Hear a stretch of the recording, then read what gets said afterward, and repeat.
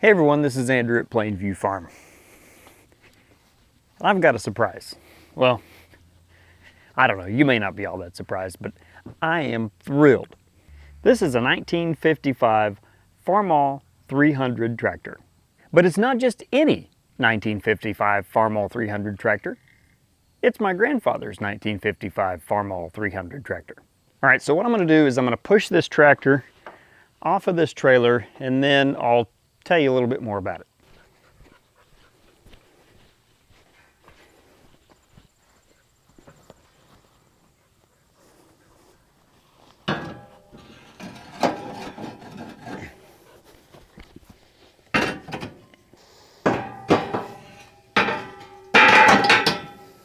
Now with any luck, I won't kill myself.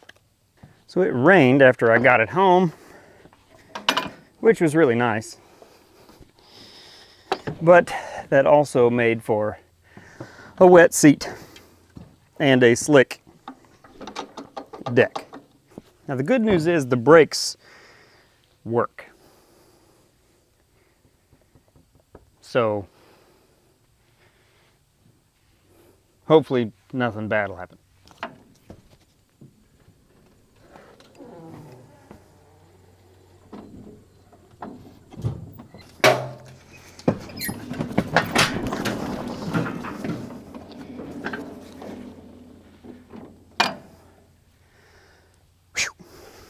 That probably wasn't very smart, but I promise that wasn't the first dumb thing I've ever done.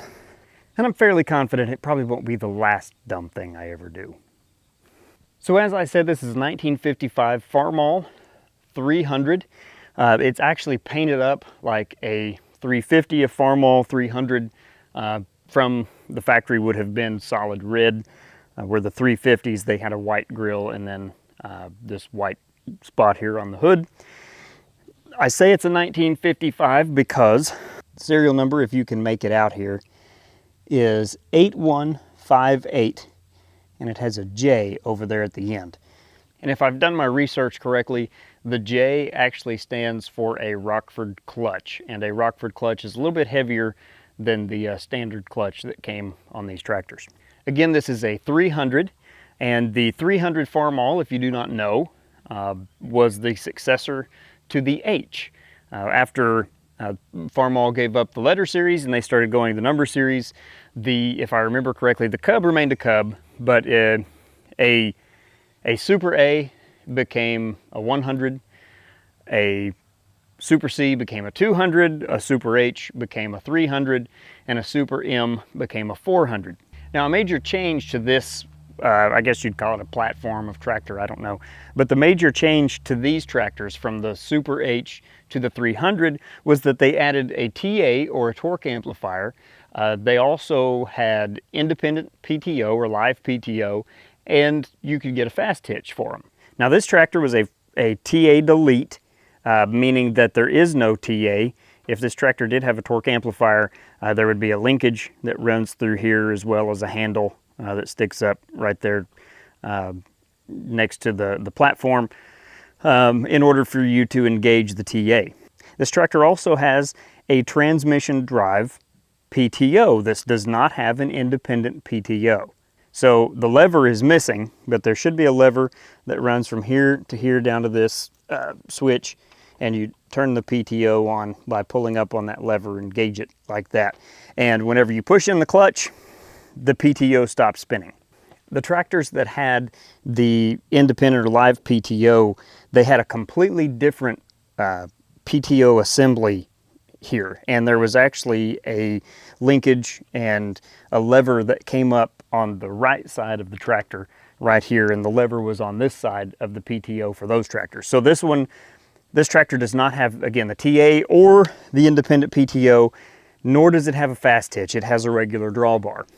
I don't know if you can make out the number that's cast into the block right here, but this is a C, which means carbureted 169, which stands for 169 cubic inches, which, if I remember correctly, that's the same motor that was in the Super H's before this tractor. So in many ways, this Farmall 300 that I have right here is a restyled Super H. This tractor does have two hydraulic remotes, I guess you'd say. There's one here, which those usually ran cultivators that would be mounted farther up on the tractor, about the middle of the tractor right there. And then we also have a hydraulic line or two lines that come back here that would be for a remote or a 3-point, as this tractor once had, or the fast hitch. So there were just over 29,000 of these tractors made between 1954 and 1956 when Farmall introduced the 350 to replace this tractor, which had just a little bit more power. Now, as I said before, this specific tractor belonged to my grandfather. Not the grandfather that built the house that we now live in, but my mother's dad. As my grandfather got older, and then whenever he passed, the tractor set quite a bit. And if I remember correctly, I don't think this tractor has been running for probably 8 or 10 years, somewhere in there. I honestly can't remember. My brother was the last one to have it running. The water pump is not on it because the water pump actually needs to be rebuilt. That was an issue that my brother discovered whenever he got it running. So that's one thing that's going to have to be repaired. The gas tank does need to come off and it needs to be cleaned out. I imagine that the carburetor probably could be rebuilt. You know, there's a lot of little things like that that probably need to be done before I am able to get this tractor running. And that's actually my short-term goal, is to try to get this tractor running so I can play around with it a little bit. Now, my long-term goal is to hopefully get to restore this tractor. And a couple of the things that I'd really like to do if I'm able to actually get to that is to find a fast hitch for it and, you know, possibly swap out the PTO with an independent PTO. Now, the TA I do think is something that's pretty cool. If I could find you know, everything, all the components that I would need to put a TA on this tractor, I would do that. But again, those are long-term plans. In the short term though, as I said, I want to rebuild the water pump, work through the carburetor, make sure we're getting fire, make sure, you know, all the things are there to make this tractor run. And honestly, those are probably the things that are going to move to the top of my projects list, simply because of what this tractor means to me, being my grandfather's tractor. But actually, if I think about it, this tractor wouldn't go to the top of the projects list simply out of necessity.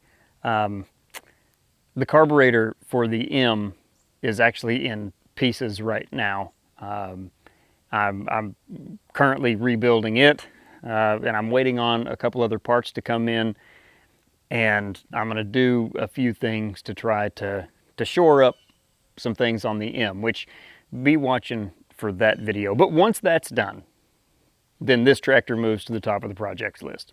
But until I'm actually able to start doing some work to it, I imagine I'll probably be finding all kinds of excuses to be out here with it.